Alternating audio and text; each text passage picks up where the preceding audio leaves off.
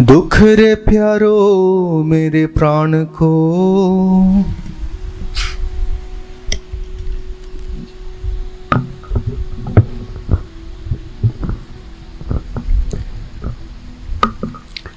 प्राणेश्वर अक्षरातीत श्री महामती जी के धाम हृदय से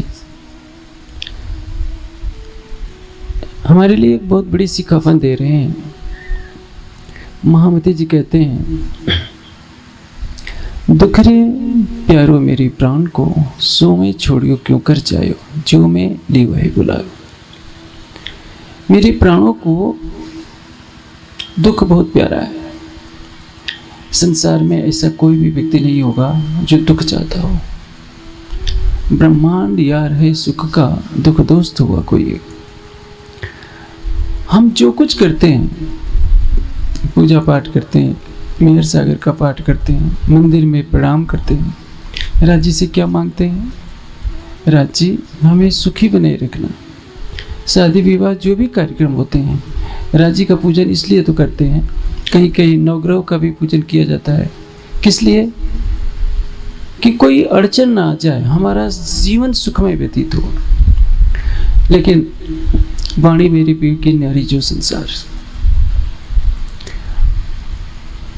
अक्षरातीत के हृदय से निकली हुई ये तारतम वाणी का रस, ये जो ब्रह्मवाणी है, ये संसार से कुछ अलग कहानी कहती है। इस संसार में कोई भी कहीं भी सुखी नहीं है। आज से लाखों करोड़ों वर्ष पहले कपिल जी कह गए हैं कि कुत्रपि कोऽपि न सुखी, कोई भी कहीं भी सुखी नहीं है। सुख कहाँ है? एकमात्र अक्षरातीत के चरणों में। उपनिषदों ने कहा कि मनुष्य इतना बुद्धिमान हो जाए यदि कि आकाश को चमड़े की तरह लपेट ले, तब भी यदि वह परमात्मा को नहीं जानता है तो उसके दुखों का अंत नहीं हो पाएगा। एक साधारण मनुष्य भी जो अशिक्षित है, गरीब है, झोपड़ी में रहता है, वह भी दुखी नहीं होना चाहता। जो महल में रहता है वह भी दुखी नहीं होना चाहता। लेकिन दुख सबके पीछे चल रहा है। आप सोचिए, यदि आपके पास अरबों रुपए धन है तो क्या दुख आपका साथ नहीं रहेगा? बुढ़ापा आएगा, मृत्यु आएगी, रोग होंगे। इन दुखों को तो आप रोक नहीं सकते। आपके पास जो धन है आपको औषधियां दे सकता है, लेकिन रोग को कहां से रोकेगा? आपकी मृत्यु को आपका धन रोक नहीं सकता, बुढ़ापे को रोक नहीं सकता। संगे संबंधियों से जो वियोग का कष्ट है वो आपको झेलना पड़ेगा। इसलिए यदि कोई दावा करता है कि मेरे पास धन है तो मैं सुखी हो जाऊंगा, ये भ्रम है। सुख से संसाधन एकत्रित किए जाते हैं। संसार किसके पीछे भाग रहा है? धन के। जो धन धर्म पूर्वक हो वो सुख का कारण होता है। संसार सोचता है कि अधर्म से भी धन आ जाए तो हम सुखी हो जाएंगे। अब देखेंगे धन से आप क्या कर सकते हैं? बहुत अच्छे भवन बना सकते हैं, अच्छे वाहन खरीद सकते हैं, अच्छे हीरे मोती के हार खरीद सकते हैं, अच्छे भोजन कर सकते हैं। इसके पश्चात जो आपके मन में तृष्णाओं का सागर उमड़ रहा है उसका क्या होगा?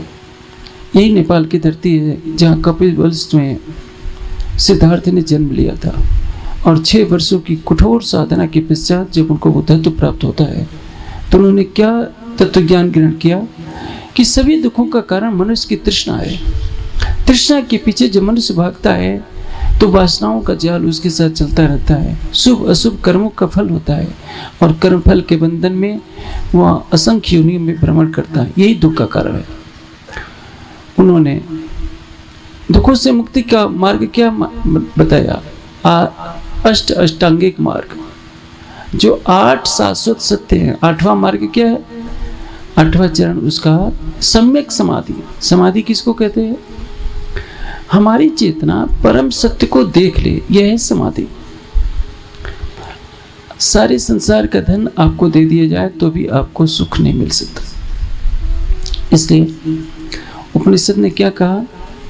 तम आत्मस्थम ये अनुपश्यन्ति धीरा तेषां सुखम शाश्वतम न इतरेषाम्। अपनी आत्मा में स्थित होकर जिन्होंने उस सच्चिदानंद परमात्मा को देखा है, केवल उन्हीं के पास शाश्वत सुख है, अन्य के पास नहीं। देखिए, सुख और आनंद दो हैं। सुख किसका विषय है? अंतःकरण का विषय है। आनंद किसका विषय है? आत्मा का विषय है। जैसे यहां हम लोग बैठे हैं, पंखे बंद कर दिया जाए तो थोड़ी देर के लिए परेशानी हो सकती है। जो सुंदर साथ गर्मी में रहने का आदी नहीं है उसको ज़्यादा तकलीफ होगी, लेकिन जो तपती धूप में रहने के अभ्यस्त हैं, पंखे भी बंद कर देंगे, पसीने भी चूते रहेंगे, तभी उनको कोई असर नहीं पड़ेगा। उनको कष्ट हो रहा है, किसको हो रहा है? अंतःकरण को हो रहा है, मन को कष्ट हो रहा है, क्योंकि मन में संसार बसा है। किंतु ऐसा योगी जो गर्मी सर्दी दोनों से परे हो गया है, वो समाधि में स्थित है, उसको कुछ भी लेना देना नहीं। उसकी आत्मा परमात्मा के अखंड आनंद में विहार कर रही है, तो उसको गर्मी में रख दीजिए, सर्दी में रख दीजिए, वह सुख से परे है, वो तो आनंद में विचरण कर रहा है। जैसे एक सामान्य व्यक्ति को जब अच्छे भोजन मिल जाते हैं, सुस्वाद भोजन मिल जाते हैं, हीरे मोतियों के हार मिल जाते हैं, तो उसका मन बहुत प्रफुल्लित हो जाता है। वो क्या सोचता है कि मैं आज बहुत खुश हूँ। एक परमहंस को आप हीरे मोती के हार दे देंगे तो क्या करेगा? उसको उठाकर फेंक देगा। उसको सूखी रोटी में और 56 व्यंजन में कोई भेद नहीं दिखेगा, क्योंकि वो आनंद में विचरण कर रहा है। जो आनंद में विचरण कर रहा है उसके लिए लौकिक सुखों का कोई महत्व नहीं है। लेकिन जिसको आनंद की भी सुगंध नहीं मिली, वो सुख के द्वंद में फंसा हुआ है, वो मन के पीछे चल रहा है, क्योंकि मन में ही संसार है, और मन के पीछे चलने के कारण वो सांसारिक सुख को ही सब कुछ माने बैठा है, इसी के लिए प्रयास रहता है। तारतम्य वाणी क्या कहती है? दुख से पीवजी मिलसी, सुखे न मिलिया कोई, अपने धनी का मिलना सो तो दुखे से हो। तो आप क्या सोचते हैं? यहाँ जितने सुंदर साथ बैठे हैं, धर्म प्रेमी सज्जन बैठे हैं, क्या सभी सुखी हैं? सभी किसी न किसी कारण से दुखी हैं, लेकिन इस दुख से क्या राजी मिल रहे हैं? नहीं। तो प्रश्न क्या है? क्या राजी को पाने के लिए दुख चाहिए? कैसा दुख? दुख तो सबको भोगता है। हम रोगी हो जाते हैं, हॉस्पिटल में रहते हैं, तब भी कष्ट होता है। तो क्या हॉस्पिटल में जाने मात्र से राजी मिल जाए तो सौदा बहुत सस्ता है। धन चला जाए तो दुख होता है, तो क्या राजी मिल जाते हैं? नहीं। वाणी में किस दुख की बात है? विरह का दुख। आप धनवान भी हैं, लेकिन यदि आपको विरह का दुख है तो वही दुख चाहिए। आप देखिए कि हर पल संसार में परिवर्तन हो रहा है। हम बालक से युवक बनते हैं, युवा अवस्था से वृद्धावस्था में जाते हैं, वृद्धावस्था से आपका शरीर मृत्यु को प्राप्त हो जाता है, लेकिन आपके अंदर विरह पैदा नहीं होता। वाणी क्या कहती है? विरह नहीं ब्रह्मांड में बिना सुहागे नार। ब्रह्मात्मा के अतिरिक्त किसी के पास विरह है ही नहीं। आप बैकुंठ में चले जाइए, वहां विरह नहीं। विरह किसको कहते हैं? सीधी भाषा में मोटे तौर पर समझिए, जिसके बिना रहा न जाए वो विरह है। मेरा भाई ने एक बहुत ऊंची बात कही है, जो मैं जानती प्रीत किए दिख होए, नगर ढिढीरा पीट दिए प्रीत न करियो कोई। मीरा भाई को अपना महल अच्छा नहीं लग रहा है। संतों के बीच में खड़े होकर वो अपनी भक्ति के रंग में रंगी हुई है, उसको संसार दिख ही नहीं रहा। मीरा नाच रही है गिरधर के प्रेम में। मीरा के सामने विष का प्याला भी आता है, लेकिन उसको विश्वास है कि मीरा का नाम हर पल मेरे साथ है। मौत से डरना नहीं है मीरा को, न मृत्यु से डर है, न लोक लज्जा से डर है। वो तो कहती है कि हेरी मैं तो प्रेम दीवानी, मेरा दर्द न जाने को, सूली पर सोच सेज पिया की सुह किनबित हो। लेकिन जो मीरा की अवस्था है वह अवस्था राणा की नहीं है, वह उस तांत्रिक गुरु की भी नहीं है जो मीरा को विष का प्याला दिलवाता है। हम सुंदर साथ यदि तारतम्य ज्ञान का प्रकाश पाकर अपने हृदय में विरह की चिंगारी नहीं पैदा कर सकते तो सुख और दुख तो जैसे दिन है वैसे रात आती जाएगी, दिन बीतता जाएगा। अभी कुछ घंटों पहले दोपहरी थी, अब देख रहे थे कितनी तपन हो रही थी। अब रात का अंधकार है, शीतल हवा के झोंके चल रहे हैं। कुछ घंटों के बाद ये रात भी समाप्त हो जाएगी, पुनः दुख हो जाएगा, दिन हो जाएगा। वैसे ही हमारे जीवन में कभी सुख के पल आते हैं, कभी दुख के पल आते हैं। सुख आते हैं हम हंसने लगते हैं, दुख आते हैं रोने लगते हैं। वाणी क्या कह रही है? आप इस खेल को देखने के लिए आए हैं तो दुख में रोइए नहीं, सुख में हंसिए नहीं, दृष्टा भाव से देखिए। तो आप कहेंगे कि हंसना बुरा क्यों है? हंसना दो तरह से होता है। एक तो विवेक पूर्वक हंसना, यदि आप दृष्टा होकर के संसार को देखते हैं तो आप विवेक पूर्वक हंसेंगे। और एक है मोह से ग्रसित होकर के हंसना। पशु पक्षी हंस नहीं सकते, मनुष्य को ही हंसने का सौभाग्य है। तो मनुष्य को कैसे हंसना चाहिए? वो संसार की नश्वरता को देखकर हंसे, हृदय की प्रफुल्लता के लिए देखकर हंसे। यदि आपके सामने कोई आपका घनिष्ठ संबंधी आता है तो आपके चेहरे पर मुस्कुराहट खिल जाती है, तो सोचिए सबके कल्याण के लिए हंसिए। लेकिन हंसना और रोना कैसे है? एक सेठ जी, मैं आपको एक दृष्टांत से बताता हूँ। एक सेठ जी थे, उनका कोई नया नया मुनीम आया था। आजकल तो मुनीम की आवश्यकता कम ही पड़ती है। कंप्यूटर के ज़माने में 10 व्यक्तियों का काम तो एक कंप्यूटर कर लेता है, इसलिए बहुत कम कर्मचारी की आवश्यकता पड़ती है। जो सेठ का मुनीम था उसने कहा कि सेठ जी आज 5 लाख का घाटा हो गया। कहा कि कोई बात नहीं, चलता रहता है व्यापार में। 1-2 दिन बीते, कहता है कि सेठ जी आज 10 लाख का लाभ हो गया है। सेठ ने कहा कोई बात नहीं। मुनीम को लगा कि मेरे सेठ जी कुछ पागल हो गए हैं। कहता है कि मैंने कुछ दिन पहले कहा था कि आज 5 लाख का घाटा हो गया तो आप उदास नहीं हुए। आज कह रहा हूं कि 10 लाख का लाभ हो गया तो आप खुश भी नहीं हो रहे। सेठ जी कहते हैं कि मुनीम जी ये व्यापार है, कभी लाभ होता है कभी हानि होती है। यदि लाभ होने पर मैं हंसने लगूं और हानि होने पर मैं रोना शुरू कर दूं तो मैं व्यापार क्या कर पाऊंगा? क्योंकि वो जो व्यापारी था उच्च स्तर का व्यापारी था। संसार के प्रवाह में यदि कोई व्यक्ति चाहे कि मुझे केवल सुख ही सुख मिले तो संभव नहीं है, और यदि वो चाहता है कि केवल मुझे दुख ही दुख मिले तो भी संभव नहीं है। सत्यवादी हरिश्चंद्र को चंडाल की नौकरी करनी पड़ती है। इतने प्रतापी 5 पांडवों को 12 वर्ष वन में वनवास रहना पड़ता है। आप देखिए वैकुंठ के स्वामी हैं जो योगेश्वर श्री कृष्ण, उनको भी जीवन भर संघर्षों में तपना पड़ता है। संसार में ऐसा कोई नहीं। मर्यादा पुरुषोत्तम राम को 14 वर्ष वन में जाना पड़ता है। पौराणिक मान्यता के अनुसार वो भी तो विष्णु के अवतार हैं, लेकिन 14 वर्षों का कष्ट उनको झेलना पड़ता है। सीता का हरण उनको झेलना पड़ता है, असुरों से युद्ध उनको भी झेलना पड़ता है, क्योंकि ये संसार है। दृष्टा होकर के सुख और दुख को वैसे ही देखिए। नदी के किनारे खड़े होकर आप देखेंगे सागर की लहरें आएंगी, आपको छू करके चली जाएगी। आप यदि घबराते हैं तो क्या होगा? आप सागर की लहरों में हो सकता है बह जाएंगे। लेकिन सुख और दुख के द्वंद्व से परे हटकर जो अपने आत्मा के स्वरूप को देखता है और वो सोचता है कि मेरी आत्मा अपने प्राणेश्वर के जिस आनंद से बिछड़ी है मुझे वह चाहिए, और उसकी नियति बन जाती है। वह उठते बैठते सोते जागते केवल अपने प्राणेश्वर को याद करती है, जो उसका प्राण प्रीतम है, जो उसके जीवन का आधार है। आशिक किन चरण के आशिक के रोज चरण। ब्रह्म सृष्टि क्या है?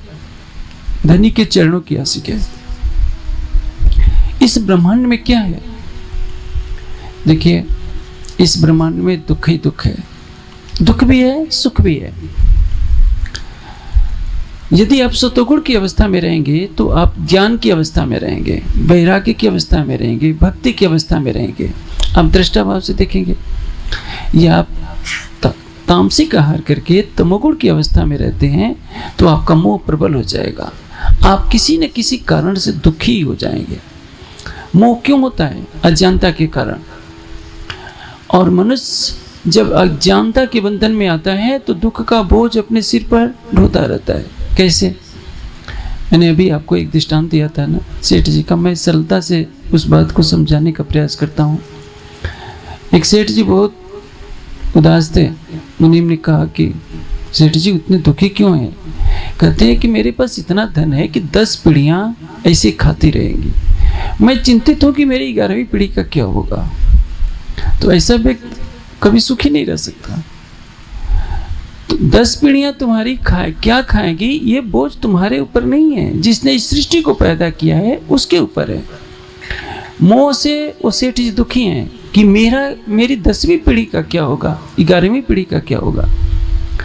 वैसे ही मेरी करे तो दुनी जाते, बोझ ब्रह्मांड सिर लेवे, पांव पलक कर नहीं भरोसा, तो भी सिर सर्जन को दे न दे। कोई अपना हृदय उस प्रीतम को नहीं दे पाता, अपना सिर नहीं उसके चरणों में समर्पित कर पाता। हृदय देने का तात्पर्य क्या है? प्रेम करना। सिर देने का आशय क्या है? अपना अहंग समर्पित कर देना। जिसने अपना अहंग उस सच्चिदानंद परब्रह्म के चरणों में कर दिया, उसके अंदर क्या होगा? विरह का प्रकाश होगा। और जो संसार को ही सब कुछ मानता है, उसको लगता है कि मेरा परिवार ही सब कुछ है, इसके लिए मुझे जीना मरना है, तो परिणाम क्या होगा? वह उनके लिए सुख के साधन इकट्ठा करते करते अपनी सारी आयु खो देगा। लेकिन जिसके हृदय में परमात्मा के प्रेम की चिंगारी लग जाती है, विरह की चिंगारी लग जाती है, वह एक एक दुख की घड़ी से कुछ सीखता है। श्री महाराज को देखिए, उन पर आरोप लगता है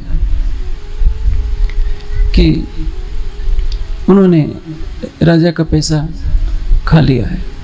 परिणाम हफ्से में जाना पड़ता है। हफ्से में उनका हृदय व्यथित होता है और परिणाम और विरह में 6 महीने तक तड़पने के पश्चात क्या होता है? जब आ भी सुखी अंग में श्वास भी छोड़ी हो संग, तब तुम पर्दा टाल के दियो मोह अपनों। यदि महाराज को उस समय दुख नहीं होता तो क्या होता? यदि वो प्रतिदिन खिलखिला करके हंसते रहते हैं, तो मेरे कहने का अर्थ ये नहीं कि हम हंसिए नहीं, हंसिए जरूर, लेकिन विरह का दुख अपने साथ रखिए। आप इस बात को हमेशा याद रखिए कि जो हमारा मीत है, जन्म जन्म का मीत है, जो हमारा प्राणेश्वर है, वह दिख क्यों नहीं रहा है? ये सारा संसार क्या एक भूल भुलैया है? इस भूल भुलैये के झूठे सुख में फंसकर यदि आप प्रीतम का सुख छोड़ देंगे तो ये सबसे बड़ा दुख होगा, सबसे बड़ी हानि होगी। जो ये भूल भुलैया है, ये आपको एक दिन छोड़ देगी, आपका परिवार आपको छोड़ देगा, आपकी धन संपदा आपको छोड़ जाएगी, एक न एक दिन आपका शरीर आपका साथ छोड़ जाएगा। इस शरीर को जला दिया जाएगा, मिट्टी में गाड़ दिया जाएगा। आपके साथ क्या जाएगा? जैसे इतने सुंदर साथ बैठे हैं, मैं ये यदि पूछूं ऐसी कौन सी चीज है जो शरीर छोड़ने के बाद आपको नहीं मिलने वाली है, तो आप क्या बताएंगे? आप परम धाम जाएंगे तो वहाँ राज्य भी मिल जाएंगे, श्यामा जी भी मिल जाएंगी, सखियाँ भी मिल जाएंगे। 25 पक्ष कहीं भागे नहीं जा रहे हैं। देखिए, एक चीज नहीं मिलनी है आपको, ये तारतम वाणी वहाँ नहीं मिलेगी। आपको वहाँ कोई बताने वाला नहीं होगा कि पी के वीरे निर्मल के पीछे अखंड सुख सक बंद क्यों दिए। वहाँ कोई आपको नहीं बताएगा कि इश्क बड़ा रे सबन में, ना कोई इश्क समान, एक तेरे इश्क बिना उड़ गई सकल जहां। प्रेम की महिमा वहाँ कोई बताएगा नहीं, क्योंकि वहाँ तो प्रेम कड़कड़ में है। परम धाम का कड़कड़ प्रेम प्रेम ही पुकारता है। वहाँ के हर कण से केवल प्रेम की ध्वनि निकलेगी, हर स्वरूप प्रेम का। जैसे मैंने कई बार चर्चा में दृष्टांत दिया है, नींबू के पत्ते को आप सूंघिए तो भी नींबू की सुगंध आएगी, छाल को सूंघेंगे तो भी सुगंध आएगी, फल को सूंघेंगे तो भी नींबू की सुगंध आएगी। आप हौज कौशल जाइए, मानिक पहाड़ जाइए, पुखराज जाइए, मूल मिलावे में जाइए, कहीं भी जाएंगे एक एक कण किरणा कर रहा है। किसमें? केवल प्रेम में। काल माया का हर कण ये भी गतिशील है, सब कुछ परिवर्तित हो रहा है। कभी सुख का चक्र चल रहा है, कभी दुख का चक्र चल रहा है। आप इस सुख और दुख के द्वंद में फंसे हुए हैं। थोड़ा सा सुख मिलता है, ज्यादा दुख मिलता है, और परिणाम क्या होता है? आप उसी सुख की तृष्णा में भागते रहते हैं। आप अपने स्वरूप को नहीं देख पाते कि आप कौन है। इसलिए महामती जी की आत्मा कह रही है, दुख रे प्यारो मेरे प्राण को, सो में छोड़ियो क्यों कर जाए। मुझे केवल दुख प्यारा है। प्यारा भी किस प्रकार से? आप राज्य को क्या कहते हैं? जयकारा बुलाते हैं तो कहते हैं प्राणनाथ प्यारे की जय। जो हमारी आत्मा का अनादि प्रियतम है वही तो प्राणनाथ है, और उसके साथ हम प्यारा शब्द लगा देते हैं। जो हमारे जीवन का नाथ है, जिसके बिना हमारा अस्तित्व नहीं। अभी मैंने चौपाई बोली थी, आशिक इन चरण की, आशिक की रूह चरण। आशिक किसको कहते हैं? जिसके रोम रोम में उसका मासूक बसा होता है। जब तक आत्मा जागृत नहीं होती है तब तक आशिक कौन होता है? राज्य। अक्षरातीत महामती जी के तन में बैठे हैं। अब देखिए, वह तन दीप बंदर से चलता है, मस्कत बंदर पहुंचता है, आवासी बंदर पहुंचता है, पुनः वहां से लौटता है, सूरत आता है। सूरत से 500 की संख्या चलती है। सूरत से अहमदाबाद चल करके वो तन आता है। अहमदाबाद से मिलते होते हुए दिल्ली पहुंचता है, हरिद्वार पहुंचता है, पुनः दिल्ली होते हुए उदयपुर, मंदसौर, औरंगाबाद, रामनगर होते हुए पन्ना जी तक पहुंचते 5000 की संख्या हो जाती है। 5000 की संख्या में सुंदर साथ अपने घर द्वार छोड़कर हमेशा के लिए चल देते हैं। क्यों? उनको लगता है कि हमारी आत्मा को जगाने वाला आया है। संसार सो रहा होता है। मस्कत बंदर में भी सुंदर साथ सो रहे होते हैं माया की निद्रा में। आवासी बंदर में भैरव सेठ सो रहा है। चिंतामणि की आत्मा ठट्टे नगर में सो रही है। लालदास जी की भी आत्मा सो रही है। सबको जगाने के लिए वो स्वयं चलता है। वो आशिक है। वो सहन नहीं कर सकता कि मेरी आत्माएं माया के अंदर फंसी रहे।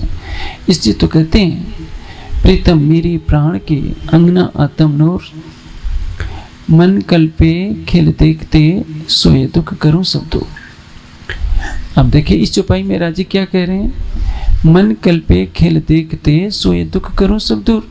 तुम कौन हो? मेरे प्राणों के प्रीतम हो। हम राजी को क्या कह रहे हैं? आप हमारे प्राणों के प्रीतम हैं। राज्य हमको प्राणों का प्रीतम कह रहे हैं, हम उनको प्राणों के प्रीतम कह रहे हैं। मासूक तुम्हारी अंगना, तुम अंगना के मासूक, ये हुक्मे इलम दृढ़ किया रो अजो क्यों न हो टुक टुक। जब आत्मा जागृत हो जाती है तो क्या सोचती है कि जिसने मुझे जगाया है वह मेरे जीवन का आधार है। अब मैं भी उनके बिना नहीं रह सकती। छत्रसाल जी को जगाने के लिए स्वयं अक्षरातीत आते हैं। अभी आपने जो कीर्तन सुना, वारी रे वारी मेरे प्यारे में तुम पर वारी, इसके अंतिम चरण में क्या, अंतिम चौपाई में ललिता क्या कहती है? कोट पेर ललिता कुर्बानी मेरे धनी जी कायम सुखकारी। मैं ललिता की आत्मा एक दो बार नहीं, करोड़ों बार अपन निछावर जाती हूँ। हमें दुख किसका रखना है कि कोट बेर ललिता कुर्बानी मेरे धनी जी कायम सुखकारी। मेरे प्रीतम, आप मुझे अखंड सुख देने वाले हो। मैं आपके ऊपर करोड़ों बार निछावर होती हूँ। यदि हम निछावर नहीं होते हैं तो क्या होगा? हमको दुख छोड़ेगा नहीं। विरह का दुख हमें राज्य से मिलाएगा, अज्ञानता का दुख हमें और दुखी करेगा। दोनों दुखों में अंतर है। संसार के सारे प्राणी किसी न किसी रूप से दुखी हैं। अफ्रीका वाले भी दुखी हैं, अमेरिका वाले भी दुखी हैं। भारत में कोई व्यक्ति जब एक नवयुवक होता है, विदेश से कोई बढ़िया पैकेज आ जाता है, तुरंत भाग छूटता है। किसके लिए? धन कमाने के लिए। उनसे पूछिए क्या वे सुखी हैं? वे भी सुखी नहीं है। सारा संसार दुखी है। नानक दुखिया सब संसार, एक सुखी जो नाम आधार। जो प्रीतम के प्रेम के रस में डूब गया है, केवल वही सुखी है। सांसारिक पदार्थों से, भौतिक सुखों से कोई वास्तव में सुखी नहीं हो सकता, क्योंकि वो सुख क्या है? क्षणिक है। आनंद क्षणिक नहीं है, सुख क्षणिक है। कैसे, मैं आपको बताता हूँ। मुझे नहीं पता कि नेपाल में सबसे स्वादिष्ट वस्तु क्या होती है। आप यहाँ की सबसे स्वादिष्ट वस्तु को जीवा पर रखे रहिए, उसको निगलिए भी नहीं, न बाहर निकलिए न अंदर ले जाइए, केवल जीभ पर रखे रहिए। कितनी देर उसका स्वाद मिलेगा? कोई आपका प्रेमी है, भाई है, मित्र है, कोई भी है, आप उससे आधे 1 मिनट के लिए गले मिलेंगे तब तो अच्छा लगेगा। और यदि 1 घंटा कहेंगे कि नहीं हम गले ही मिले रहेंगे तो क्या कहेगा? वो भी सोचेगा कि हम कहाँ फंस गए।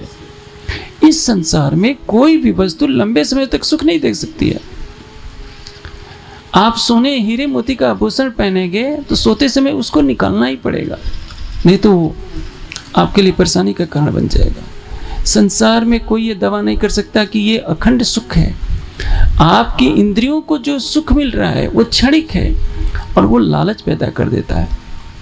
जो आत्मा के आनंद में डूबा हुआ है वो केवल क्या चाहेगा कि जिसकी मधुर छवि हमने देखी है वह छवि हर पल हमारी नजरों में बनी रहे। अक्षरातीत के अंग हैं श्यामा जी, और जानते हैं श्यामा जी को देवचंद जी के तन में राज जी ने भेजा। किस लिए? यदि देवचंद जी राजघराने में पैदा हो जाते तो उनको अपने प्रीतम की खोज के लिए अवकाश कहाँ से मिलता? वो तो नौकरों चाकरों से घिरे रहते हैं, सैनिकों से घिरे रहते हैं। कलश में चौपाई आती है, पिया तो को मैं बहुविध खोजिया, छोड़ धंधा सब और, पूछत फिरो सुहागनी, कोई बतावे पिया ठोर। देवचंद जी जगह जगह जाते हैं। देवचंद जी को क्या राज्य सपने में भी दुख दे सकते हैं? श्यामा जी की आत्मा को राज्य क्यों दुख देंगे? लेकिन नहीं, राज्य ने जानबूझकर श्यामा जी की आत्मा को एक बहुत गरीब परिवार में डाला है। परिवार इतना गरीब है कि जो घोड़ों बैलों की बिक्री से जो धन आता है उसी से गुजारा चलता है। आप अभी तक पढ़ेंगे, आपको विदित होगा कि अपने बांके बिहारी को भोग लगाने के लिए थोड़ा सा अच्छा बनाते हैं देवचंद जी। जो घर में रूखा सूखा बनता है वही खा लेते हैं। आप नौतनपुरी जाइए, जो जिसको राज मंदिर कहते हैं वो देवचंद जी के परिवार का मूल निवास था। आज भी जाइए, कितना साधारण सा मकान है। उस मकान में देवचंद जी जब तक राज्य उस तन में नहीं बैठ जाते हैं उसमें गुजारा करते थे। यहाँ जितने सुंदर साथ हैं, आज आपको वैसे मकान में रख दिया जाए तो सोचेंगे कि मैं तो इसमें नहीं रहूँगा। अक्षरातीत जो आनंद के सागर हैं उनकी हिलादनी शक्ति एक गरीब परिवार में एक तन में बैठे, ये कितनी बड़ी रहस्य की बात है। आप सुंदर साथ जब विदेश जाते हैं तो सोचते हैं कि 1 करोड़ 2 करोड़ इकट्ठा हो जाए तो अपने बेटे के नाम से कर दें ताकि मेरा बेटा खुश रहे, मेरी पत्नी खुश रहे। क्या राज्य इस माया के खेल में भेज रहे हैं? अरे गरीब परिवार में भेजने की क्या आवश्यकता थी? किसी महारानी के, किसी बड़े राजाधिराज के घर भेज देते, लेकिन नहीं, वे अक्षरातीत हैं। यही तो कसौटी है। राज्य देवचंद जी के अंदर जो श्यामा जी की आत्मा है उनको विरह का कष्ट देना चाहते हैं। दुख बिना इन चरण कमल को सखी कभू न मिलिया को। वाणी क्या कहती है? हंसी हंसी कंत न पाया जिन पाया तिलोर। मिराज को राज्य कब मिलते हैं? जब उनके अंदर विरह की ज्वाला होती है। और इसीलिए अरब से आने के बाद श्री देवचंद जी प्रणाम स्वीकार नहीं करते हैं। ऐसा नहीं कि बालबाई का विशेष दबाव बन गया और राज्य बालबाई के कहने से दब जाएंगे। जो अक्षरातीत है वो किसी के दबाव में नहीं आता। ये लोगों को भ्रम होता है कि बालबाई ने दबाव दिया कि आप प्रणाम स्वीकार कर लोगे तो डूबी पड़ी माँ कूप माँ तो बालबाई मारू नाम। ये तो वितरकारों ने अपनी तरफ से लिख दिया। मूल स्वरूप ने ये लीला की है कि महाराज का हृदय व्यथित हो, विरह का कष्ट दिखाना है। आप सोचिए, यदि सेठ लक्ष्मण दास के जहाज नहीं डूबते, गोदाम में आग नहीं लगती, तो व्यापार ही करते रहते, घर छोड़ करके निकल नहीं सकते थे, क्योंकि माया का झूठा बंधन उनको खींचे रहता। जीवन में हमारे साथ भी कई घटनाएं घटित होती हैं। हम जिनके पीछे भाग रहे होते हैं, यदि उनसे जब ठोकर लगती है, तब संसार की वास्तविकता का पता चलता है। हमें अभी क्या लगता है कि हमारे जीवन का सर्वोपरि कौन है? हमारा परिवार। यदि जीवन में कभी किसी को ठोकर लग जाए कि जिसके पीछे हमने अपना सारा यौवन खो दिया, बुढ़ापा सिर पर ले लिया, वो वास्तव में हमसे प्रेम नहीं करता है। भर्तृहरि 7 जन्मों से पिंगला के मुंह में पड़े हुए थे, संन्यास भी लेते थे, लेकिन संन्यास छोड़कर पुनः पिंगला के पास आ जाते थे। और जब भर्तृहरि को वैराग्य देना हुआ तो उनके विश्वास को तोड़ा गया।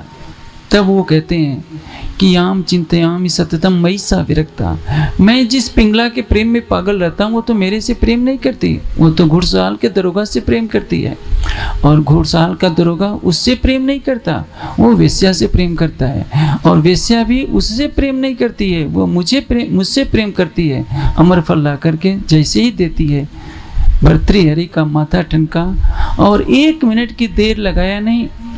जो भर्तृहरि 7 जन्मों से पिंगला के मोह जाल में फंसे थे, 1 मिनट की देर लगाए बिना पिंगला को छोड़ देते हैं, अपने महल को छोड़ देते हैं और संन्यास का वस्त्र धारण कर लेते हैं, और पिंगला के पास भिक्षा पात्र लाकर कहते हैं कि माता पिंगला मुझे भिक्षा दो। यह होता है संसार का कष्ट। और जिसके ऊपर राज्य की कृपा होती है उसी को ही विरह का कष्ट मिलता है। जो साहेब संकुल हुए तो दुख हुए दिन, इस दुनिया में जाकर दुख नहीं लिया गया। जहां तक मैं सोचता हूँ, सुंदर साथ मेहर सागर का पाठ करता है, वाणी का पाठ करता है, किस लिए? कष्टों से मुक्ति पाने के लिए। सीता राम के साथ बन जा रही है। यदि आपने पूरी रामायण पढ़ जाइए, चाहे वाल्मीकि रामायण चाहे तुलसीदास जी की रामायण, कहीं नहीं लिखा है कि सीता जी ने कभी पूछा है कि मर्यादा पुरुषोत्तम हम वन में जाएंगे तो झोपड़ी कैसे बनाएंगे, झोपड़ी में गर्मी तो नहीं लगेगी। सीता जी 14 वर्ष के लिए वन में जा रही हैं, अपने साड़ी का गट्ठर तो नहीं लेकर गई, जो पहना था वही लेकर चल देती है। कभी आपने सोचा है, आप कहीं कार्यक्रम जाते हैं तो 4 सेट 5 सेट कपड़े लेकर जाते हैं, जबकि वहाँ 1 हफ्ते रहना होता है। सीता को 14 वर्ष वन में रहना है, नंगे पांव चल रही है। सीता ने कभी राम से कुछ कहा नहीं। और हम सुंदर साथ, हमको राज्य पर विश्वास नहीं होता, इसलिए प्रतिदिन कहते हैं हे राज्य महाराज। राज्य को तो आपने महाराज भी बना दिया। जो राज है हमारे हृदय का सर्वस्व है, प्राण प्रीतम है, प्राण वल्लभ है, प्राण जीवन है, जिसके बिना हमारा अस्तित्व नहीं, उसको तो हम कहते हैं कि प्राणनाथ है। हम प्रतिदिन राज्य से क्या मांगते हैं कि हमने मेहर सागर का पाठ किया, हमारे जीवन को सुखी बनाए रखना। हमारे बेटे की नौकरी नहीं लग रही है, जल्दी से नौकरी भी लगा दीजिए, बहू भी ला दीजिए, पोता भी ला दीजिए, कोठी भी बनवा दीजिए। राज्य से हमको प्रेम नहीं है। हम उस तृष्णा के स्वप्नवी जगत को फलते फूलते देखना चाह रहे हैं जो हमारे और धनी के बीच में बाधक है। मैं ये नहीं कह रहा हूँ कि आपका घर उजड़ जाए, आप घर में रहिए, सुख से रहिए, लेकिन यह तो सोचिए संसार की वास्तविकता को भी ध्यान में रखना है। एक दिन बुढ़ापा आएगा, एक दिन मृत्यु आएगी, एक दिन रोग आएगा, एक दिन सगे संबंधियों से आपका वियोग अवश्य होगा। जो आपको अपना लग रहा है वह एक दिन आपको ठुकराएगा। लेकिन यदि आप इनके मोह में फंसे रहेंगे तो क्या होगा? आप सोचिए, आपका एक एक पल कितना कीमती है। तभी बार बार सावचेत किया जा रहा है, तेरी गिनती बांधी श्वासों श्वास, एक श्वास की भी नहीं आस। हम न जाने कितने श्वास संसार के पीछे भाग कर गंवा देते हैं। कभी हमने सोचा है? यदि आप सुंदर साथ मैं कहता हूँ 1 घंटे तो नहीं, आधे घंटे सबको भुला दीजिए। आधे घंटे भी बहुत ज्यादा है। वाणी तो क्या कहती है, पंथ होवे कोट कला प्रेम पहुंचावे मनी पलक। आंखों की पलकों को झपकने में जितना समय लगता है उतने समय के लिए आप अपने शरीर को भुला दीजिए, संसार को भुला दीजिए, भाई बंद माता पिता धन दौलत सबको भुला दीजिए। लेकिन आप नहीं भुला सकते। पल भर के लिए भी यदि आप भुला देंगे तो राज्य आपके सामने है, लेकिन कोई नहीं कर सकता। आप 1 घंटा ध्यान भी करेंगे तो आपके मन में एक संसार चलता रहता है। वह संसार जो आपका है नहीं, आपका है तो आपका प्राणेश्वर जो आपके प्राण की नली से निकट बैठता है, वो पल पल आपको देख रहा है। आप ही उसको देखना नहीं चाहते, क्योंकि आपकी नज़र किस पर है? संसार पर है। आपकी आत्मा ने जीव भाव को ले लिया है, जीव ने शरीर भाव को ले लिया है। जिससे हम पैदा हुए हैं उसको हम माता पिता मानते हैं। हमने भी किसी को पैदा हुआ है, उसके हम पिता बन जाते हैं।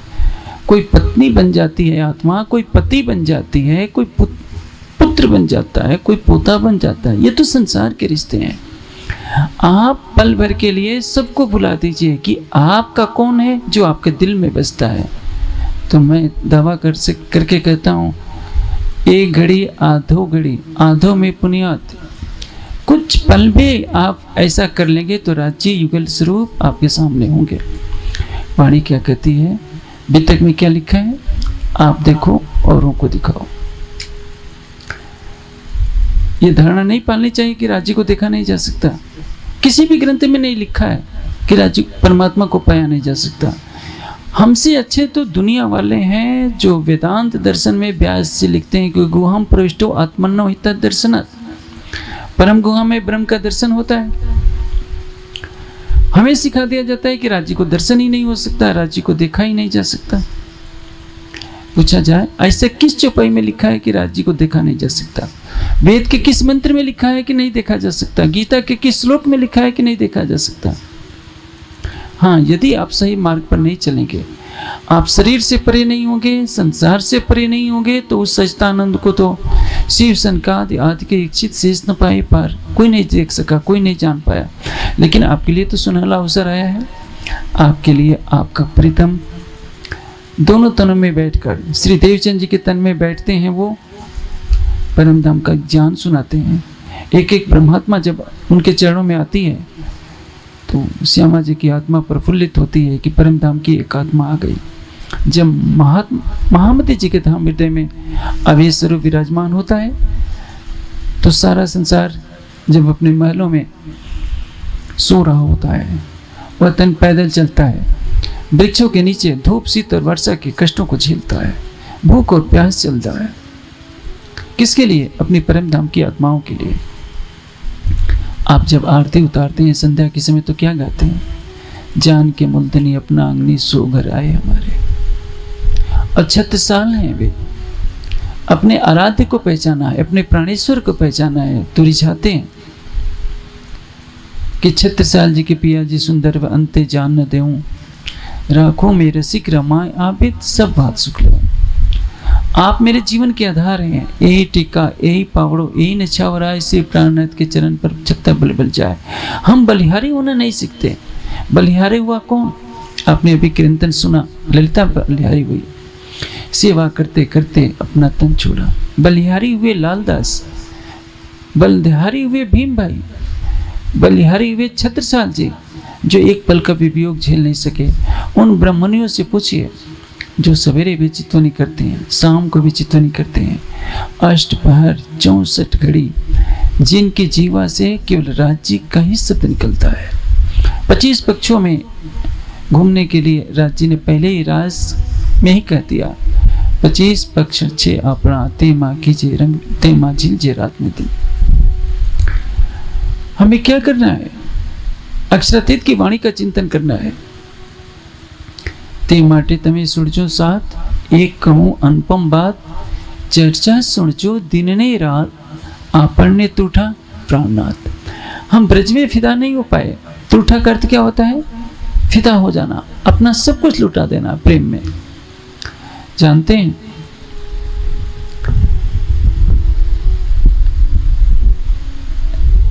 पानी में एक चौपाई आती है, मैं लिखा है तुमको एक बार करो मुझे साथ, 10 बार जी करो कर कर तुमको याद। आप 18 पुराण पढ़ लीजिए। क्या ब्रह्मा विष्णु शिव जी ने कभी कहा है कि एक बार पुकारो 10 बार मैं तुम्हारे आगे जी कहूँगा? क्या नारायण ने कहा है? क्या सदाशिव ने कहा है? क्या देवी माता ने कहा है? किसी ने नहीं कहा है। अक्षर ब्रह्म ने भी नहीं कहा है अपनी वासनाओं से। एक अक्षरातीत है जो कहता है कि एक बार मुझे साथ करो। साथ करने का तात्पर्य क्या है? केवल तू है, मेरा सर्वस्व तू है। उस परात्म का श्रृंगार सचकर जो अपने आराध्य को, जो कहीं दूर नहीं बैठा है। हम सोचते हैं राजी परम धाम में बैठे हैं, लेकिन ये भी तो आप भूल जाते हैं कि परम धाम कहाँ है। ऊपर तले अर्श न के या अर्श के या मोमिन करो। आपकी आत्मा का दिल ही परम धाम है। आज आवश्यकता क्या है? सबको ये एहसास होना चाहिए कि हमारा प्रीतम हमारी आत्मा के दिल में बसता है, और हमारे प्राणेश्वर से हमें मौत भी अलग नहीं कर सकती। संसार क्या अलग करेगा? लेकिन सुंदर साथ को विश्वास नहीं था। ब्रज के अंदर पूरी निद्रा की लीला थी, इसलिए किसी को पहचान नहीं हो पाई कि हम जिसके साथ प्रेम करते हैं उसे हमारा संबंध कहाँ है। रास के अंदर संबंध का तो पता चल गया, घर का पता नहीं चला था। इसलिए फिदा कैसे हो? जब तक पूर्ण ज्ञान नहीं होगा तब तक फिदा होने का प्रश्न नहीं है। अब महामती जी के तन से लीला प्रारंभ हो रही है, राज की वाणी उतर रही है, और सब सुंदर साथ को सावचेत किया जा रहा है कि चर्चा सुन जो दिन ने रात आपन ने तुठा प्राणनाथ। अब हम जिस आराध्य पर फिदा नहीं हो सके थे, देखिए परम धाम में तो अनादि काल से सभी राज्य को रिझाते रहे हैं, राज्य भी हमें रिझाते रहे हैं, वहाँ तो वहदत है। लेकिन इस जागने के प्रमाण में, ब्रज हो रास हो, इस जागने के प्रमाण में तब तक हम राज्य को पूरी तरह से रिझा नहीं सकते जब तक उनके स्वरूप की पहचान नहीं हो। परम धाम में सबका प्रेम बराबर है तो कौन सी बड़ी बात है? यदि परम धाम में राज्य से प्रेम कर लिया तो कोई बड़ी बात नहीं है, क्योंकि वो तो प्रेम की भूमिका ही है। इस काल माया के ब्रह्मांड में जहाँ तृष्णा ही तृष्णा खींच रही है, जहाँ मृत्यु का डर है, बुढ़ापे का डर है, रोग का डर है, गरीबी का डर है, हर पल कष्ट पीछे खींच रहे हैं, और सबसे मुख मोड़कर हम तारतम वाणी के प्रकाश में राज्य की पहचान कर जाएं, ये हमारी सबसे बड़ी उपलब्धि है। लेकिन कितनी बड़ी हंसी है हमारे ऊपर। राज्य ने न जाने कितनी बार कहा होगा कि हक नजीक से हरक से मैं तुम्हारे प्राण की नली के निकट हूँ। क्या ब्रज में किसी ने जाना? रास में किसी ने जाना? श्यामा जी को भी पता नहीं, किसी को पता नहीं। अक्षरातीत श्री देवचंद जी के तन में बैठकर लीला कर रहे हैं, उनकी अंतर्धान लीला होती है, और सब क्या सोचते हैं कि राज्य तो चले गए। आज भी हम सोचते हैं। यहाँ जितने सुंदर साथ बैठे हैं, क्या आपको विश्वास है कि राज्य आपकी आत्मा के धाम हृदय में है? आपको नहीं होगा, क्योंकि एक अंधा व्यक्ति है, उसके हाथ में एक सोने का, एक हीरे का टुकड़ा दे दीजिए और शीशे का टुकड़ा दे दीजिए। उसको क्या पता? उसको तो ये इतना ही लगेगा कि सोना की हीरा और शीशा एक ही होता है, क्योंकि दोनों का जो छूने पर स्पर्श का अनुभव होगा एक जैसा होगा। लेकिन जिसके पास आंखें होगी वो बता देगा कि ये शीशा है और ये हीरा है। इस जागनी ब्रह्मांड में तारतम वाणी के प्रकाश में आपको यह समझना है, हम और राज्य दो नहीं है, एक ही स्वरूप है। और इसलिए आपको हर तरह से, यदि आप राज्य के प्रेम में नहीं डूबते हैं तो क्या किया जाता है? दुख दिखाया जाता है, दुख दिया नहीं जाता है। दुख देने में और दुख दिखाने में बहुत अंतर होता है।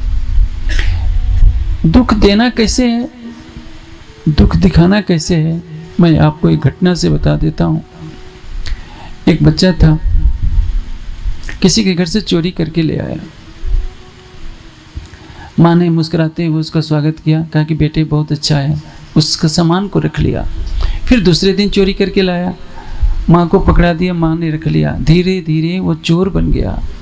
एक दिन पकड़ा जाता है, फांसी पर चढ़ता है। पूछा जाता है किससे मिलना चाहते हो? कहता है कि मुझे अपनी माँ से मिलना है। माँ आती है, कहती है कि माँ मेरे पास आओ, मुझे कान में बात करनी है। माँ कान करती है, दांतों से जोर से कान को काटता है। कहता है कि जिस दिन मैंने पहली बार चोरी किया था, यदि तूने मुझे चांटा मारा होता तो आज मैं इस फांसी के फंदे पर नहीं चढ़ता। चांटा मारने का कष्ट क्या होता, थोड़ी देर तक हो जाता। तो उस माँ ने उसको दुख दिया, दुख दिखाया नहीं। यदि वो चांटा मार देती तो वो दुख दिखाती। और उस समय उसकी दी हुई चीज को रख लिया। चोरी की आदत बढ़ती गई और वो आज वो फांसी के फंदे पर किस तरह से तड़प तड़प कर वो लड़का मरा होगा सोचा जा सकता है। उसी तरह से यदि राज्य आपको दुख नहीं दिखाएंगे तो परिणाम क्या होगा? मैं कहाँ कहूँ तिन सुख को जो दिखावे धर्म राय। आपको ये माया का सुख मृत्यु के पास ले जाएगा। यदि आपको दुख मिलता है, जो लालदास को मिला, जो मिहिराज को मिला, जो श्री देवचंद जी को मिला, तो वह दुख आपके अंदर विरह पैदा करेगा। आपको तारतम्य वाणी का प्रकाश मिला है कि इसलिए कि अपने मूल संबंध को समझिए कि जो आपका प्राणेश्वर है हर पल आपकी आत्मा के धाम हृदय में रह रहा है। कभी भी अलग नहीं था, हमने समझा कि अलग है। और जागने के ब्रह्मांड में सारी वाणी के सार को एक वाक्य में लिखने के लिए कहा जाए तो यही लिखना पड़ेगा, हक नजीक से रख से। हमारा प्रीतम कितनी दूर है? प्राण की नली से भी दूर है। लेकिन किसी को विश्वास नहीं। यहाँ जितने सुंदर साथ हैं कह तो लेंगे, व्यवहार में चरितार्थ नहीं होगा। जिस दिन हम शरीर से परे हो जाएंगे, संसार से परे हो जाएंगे, प्रेम की उस अवस्था में खो जाएंगे जिसमें लगेगा कि मेरा प्रीतम तो मेरे दिल में रहता है। देखिए, गोपियों के पास उद्धव जी संदेशा लेकर आते हैं। गोपियां कहती हैं कि उद्धव तुम भये बोरे, पाती लेके आए दोरे, हम योग कहाँ रखें, यहाँ रोम रोम श्याम है। हमारे रोम रोम में हमारा कृष्ण बसता है। जब उद्धव को उनके प्रेम की अनुभूति हुई तो उद्धव को भी लगा कि नहीं, सचमुच इनके हर गोपी के दिल में उनका कृष्ण बसता है। हमारी आत्मा को जगाने के लिए राज जी ने 2000 से अधिक श्रृंगार में चौपाइयाँ दी हैं, 1100 के आसपास सागर में दी हैं। नख से सिख तक अपनी शोभा का वर्णन किया है, सखियों के श्रृंगार का वर्णन किया है।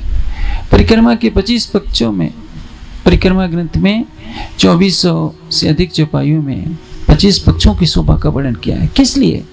कि जिस झूठे संसार को हम अपना समझ रहे हैं, इस सुख को साधन समझ रहे हैं, उस संसार से हमारी सुरता हटे। अपने 25 पक्षों को देखे, अपने मूल तन को देखे तो साध करना क्या हुआ? हम इधर से नजर हटा लें और पल भर के लिए भी जिस दिन मूल स्वरूप की तरफ नजर कर देंगे, उसी क्षण राज्य का दीदार होगा। लेकिन जब तक हम सबसे संबंध नहीं तोड़ते तब तक हमें राज्य का दीदार नहीं हो पाएगा। सबसे संबंध तोड़ने का मतलब मैं ये नहीं कह रहा हूँ आप किसी सुंदर साथ से बात ही ना कीजिए, कोई आता है तो मुंह फेर लीजिए, किसी की सेवा ही ना कीजिए, इससे कोई लाभ नहीं होगा। इससे तो आपका दिल और रूखा हो जाएगा। आप अपने हृदय में प्रेम भरिए, दूसरों को प्रेम दीजिए। प्यार करें माहो माहे वास्ते प्यार कसम, हक जात वह जद्दो सो छोड़े ना एक कदम। प्यार करें माहो माहे वास्ते प्यार कसम। संसार में हर प्राणी अपने लिए जीता है। जो दूसरों के लिए जीना सीख गया वही महान बनता है। आप अपने लिए अच्छे भोजन रखे हैं, छिप छिप कर खाते हैं, लेकिन जिस क्षण आप ये सीख जाएंगे कि हमें खाने से पहले दूसरों को कुछ खिलाना है, हमें अपने सुख की चिंता किए बिना दूसरे की चिंता करनी है, उस दिन आपका हृदय कोमल बनेगा। और जिस दिन आपका हृदय कोमल बनेगा वह आपका हृदय धनी का धाम बन जाएगा। मोमिन दिल कोमल कहा तो अर्श पाया खिताब। सुंदर साथ तो 40 लाख की संख्या में है। लेकिन यदि आप अपनी वाणी से किसी को कष्ट देते हैं, आप मन में किसी के लिए दुर्भावना रखते हैं, आप कोई ऐसा आचरण करते हैं जिससे किसी के हृदय को पीड़ा होगी, तो आपका दिल धनी का धाम नहीं बन सकता। आप सुंदर साथ में सेवा का व्रत लीजिए, प्रेम का व्रत लीजिए। आपका वचन ऐसा मीठा हो कि वो दूसरों के हृदय को आनंदित करे। जिस दिन आप दूसरों के हृदय को आनंदित करने की कला सीख जाएंगे, आत्मिक संबंध से, संसार के रिश्ते से नहीं। संसार के रिश्ते में तो हर कोई अपने परिवार को सुखी रखना चाहता है, ये तो पशु पक्षी भी कर लेते हैं। आप देखिए, एक चिड़िया कहाँ कहाँ से अन्न लाती है, एक कुतिया को देखिए वो कहाँ कहाँ से भोजन लाती है अपने बच्चों के लिए, अपने परिवार के लिए। आप अपने प्राण भी निछावर कर देंगे तो कोई बड़ी बात नहीं है। आप सारे संसार के कल्याण के लिए, सबके अंदर परम धाम की आत्मा को देखते हुए, सबके हृदय में युगल स्वरूप को, छवि को देखते हुए, जिस दिन आप प्रेम और सेवा का व्रत लेंगे, शरीर से परे हो जाएंगे, उस दिन निश्चय ही आप साध करने में, साध का अर्थ होता है रिझाना। रिझाएंगे कब? जैसे रिझाना क्या होता है, मैं आपको एक दृष्टांत समझाता हूँ। रिझाना किसको कहते हैं? वैसे आप गा बजा लीजिए, मंदिर में नाच कूद लीजिए, जोर जोर से मेहर सागर का पाठ कर लीजिए, ये रिझाना नहीं होता है। रिझाना क्या है, मैं आपको बताता हूँ। एक राजा अपने सिंहासन पर बैठा हुआ था, नर्तकी नृत्य कर रही है। राजा ने सोचा कि यह नर्तकी मुझसे जो कहेगी आज मैं कर दूंगा। यदि मुझे पटरानी बनाना चाहेगी तो मैं भी इसको पटरानी बनाना चाहता हूँ। राजा ने खुश होकर के कहा कि आज तुम जो चाहो वो मैं देने के लिए तैयार हूँ। राजा ने सोचा कि हो सकता है ये कह दे कि मुझे अपनी पटरानी बना लीजिए। राजा ने जैसे ही कहा, नर्तकी कहती है कि महाराज आपके कारागार में मेरा प्रेमी 10 वर्षों से बंद है, उसको छोड़ दीजिए। राजा सिर पकड़कर बैठ गया। वो सोचता था कि ये तो मैं समझता था कि ये मुझको चाहती है, ये मुझको नहीं चाहती, ये तो अपने प्रेमी को छुड़ाने के लिए मुझे नृत्य दिखा रही है। अब सोचिए, संसार परमात्मा से प्रेम नहीं करता। हम जिस दिन राज्य से सच्चा प्रेम करेंगे कि हमारे और आपके बीच में कोई तीसरा नहीं, हमारी आत्मा आपकी है। आप देखिए, हमसे अच्छे वे वेद पढ़ने वाले हैं, जानते हैं वेद के एक मंत्र में क्या लिखा है? वयम तो, हम केवल तुम्हारे हैं। खिलवत की एक चौपाई है, क्या कहती है? मैं तो तुम्हारी कियल, मैं केवल आपकी हूँ। आप केवल राज्य के लिए कुछ समय के लिए बन जाइए, तभी आप रिझाने के योग्य होंगे। रिझाने के लिए साध करने की योग्यता क्या है? आप शरीर से परे हो जाइए, संसार से परे हो जाइए, आप केवल राज्य के होकर के रहिए और आप परात्मा का श्रृंगार सज लीजिए। 4 चीजें चाहिए एक पल के लिए, 1 मिनट के लिए। जिस क्षण ये चारों चीजें आप कर लेंगे, आपका हृदय आपका न रह जाए। आप जैसे हथेली पर आंवला रखकर दे दिया जाता है, अपना हृदय 1 पल के लिए दे दीजिए। केवल राज्य के बन करके रह जाइए कि मैं तो तुम्हारी कियल। शरीर का भाव हट जाए, इस शरीर से आपकी नजर हट जाए, परात्मा का श्रृंगार सच कर देखिए, आपके सामने युगल स्वरूप मुस्कुराते हुए प्रस्तुत रहेंगे। लेकिन इतनी सी छोटी सी चीज हमसे 300 वर्षों में नहीं हो रही है। हमारी 100 साल की उम्र होती है, किसी की 80 साल की होती है, कुछ नहीं तो हमारे साथ 24 घंटे का प्रतिदिन का जीवन है। 365 दिन गुजरते हैं तो 1 वर्ष हमारा होता है। हम 70, 80, 90, 100 साल की उम्र तक अपना जीवन बिताते हैं। लेकिन जो 1 पल, जो राज्य ने कहा है, मैं लिखा है तुमको एक बार करो मैं साथ, 1 बार केवल कहा है।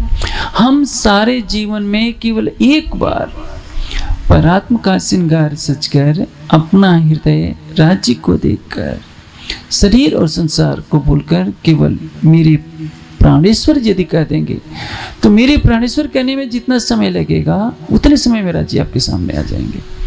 वाणी की कोई चौपाई मिथ्या नहीं होती है।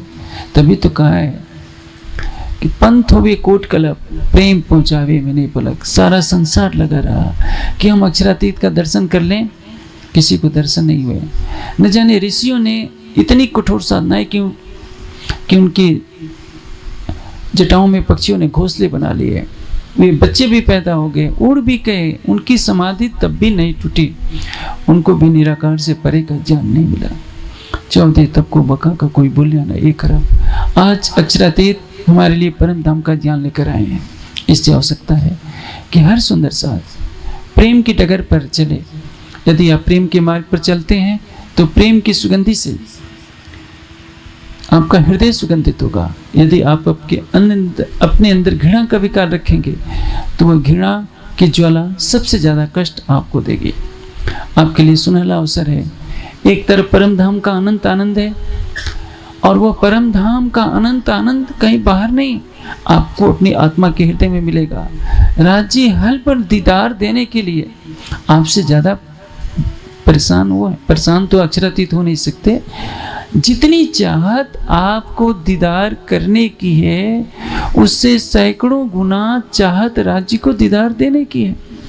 तभी तो वो आशिक है, तभी तो कहता है कि मुझको एक बार तो पुकारो, मैं तुम्हारे आगे 10 बार जी जी करने के लिए तैयार हूँ।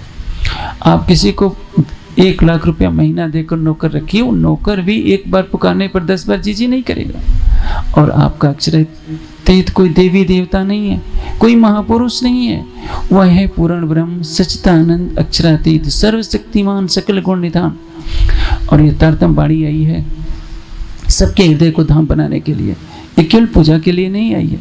आप पूजा करते हैं घरों में, अच्छी बात है, सेवा पूजा कीजिए, खूब कीजिए, लेकिन यह तो सोचिए कि आप पूरी वाणी को संसार में फैलाइए। आप अपने अड़ोस पड़ोस को देखिए, यह धरती सीता की धरती है। इस धरती पर सबके अंदर भावना होनी चाहिए कि ये संस्कृत बची रहे। इस यहाँ के पैदा हुए लोग यदि राम और कृष्ण के लिए कट शब्दों का प्रयोग करें, गोमांस भक्षण करने लगे, तो वो दिन कितना बुरा होगा। और ये तभी होगा जब हर दिल को आप धाम बनाएंगे, हर दिल में वाणी की गूंज करेंगे, हर दिल को पहचान देंगे कि वो एक अक्षरातीत की पहचान करें। अक्षरातीत का ज्ञान सारे संसार के लिए है। आप संप्रदाय को, पंथ को छोड़कर सारे संसार के बारे में सोचिए कि हर दिल में अक्षरातीत की शोभा बसानी है, हर दिल को परम धाम का ज्ञान देना है। ये सबसे बड़ी पूजा है, सबसे बड़ा पाठ है, सबसे बड़ी सेवा है और जीवन का सबसे बड़ा पुरुषार्थ है। मैं नेपाल के सभी सुंदर साथ से आग्रह करूंगा कि ब्रह्मवाणी के प्रकाश को सारे नेपाल में फैलाएं। और देखिए, आप ही के नेपाल की धरती से तो अशोक जी पैदा हुए, आज सारा देश इनका प्रवचन सुनता है। एक अशोक ही नहीं, हमें तो 50 अशोक चाहिए, 100 अशोक चाहिए जो वाणी को संसार में गुजाएं। और यह वाणी सबके हृदय में जब गुजेगी तो उसका दिल अर्श बनेगा, उस दिन में युगल स्वरूप की छवि बसेगी। इसलिए हम कार्य में ढीले न पड़ जाएं। राज्य की तरफ से हमें दुख दिखाया जाता है, दुख दिया नहीं जाता है। और राज्य दुख नहीं दिखाएंगे तो क्या होगा? दुख की फांसी का फंदा, मैंने कहा ना कि उस बुढ़िया की नादानी का परिणाम हुआ कि उस बच्चे को फांसी लग गई। यदि माया के झूठे दुखों को देखने के बाद आपके अंदर विरह पैदा है, विवेक पैदा होता है, तो वह विरह का दुख आपको सीधे राज्य से मिलाएगा। इसलिए महामती जी क्या कहते हैं, जो साहिब संकुल हुई तो दुख हुए तिन, इस दुनिया में जाकर दुख न देखें।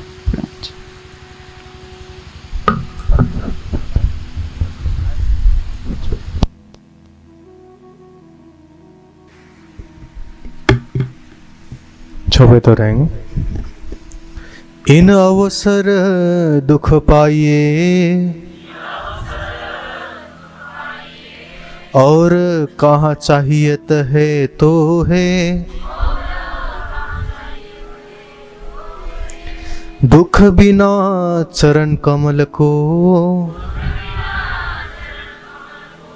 सखी कब होना मिलिया कोई, सखी कब होना मिलिया कोई।